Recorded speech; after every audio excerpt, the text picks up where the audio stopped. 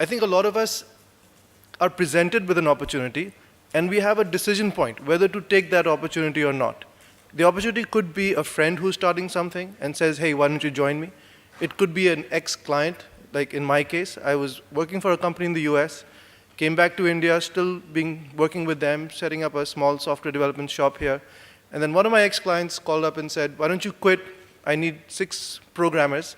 Can you start a company and do this? And at that point, it was a decision working with a top company, stable job, salary at the end of every month, or do I take this jump? It was easy because obviously there was an initial client to start with. I wasn't starting from blank, but still it was a big decision because when you're running your own company, the risks of closing down, the risks of growth, all become very, very material. I think while you do add a lot of value as an entrepreneur, so a person who started the company with the idea of what the company is supposed to be, but even in the sales side, you have to find people who can sell similar or same way as you do.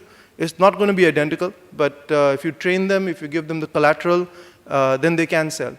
When you're starting off a company, when you've reached a mid-level and you're growing it, you're trying to scale, you need to be looking at 3 things.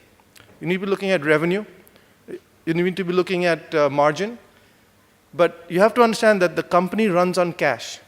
So you have to be looking at cash. And it's like Napoleon's army runs on its stomach. Without food, an army cannot win any battles.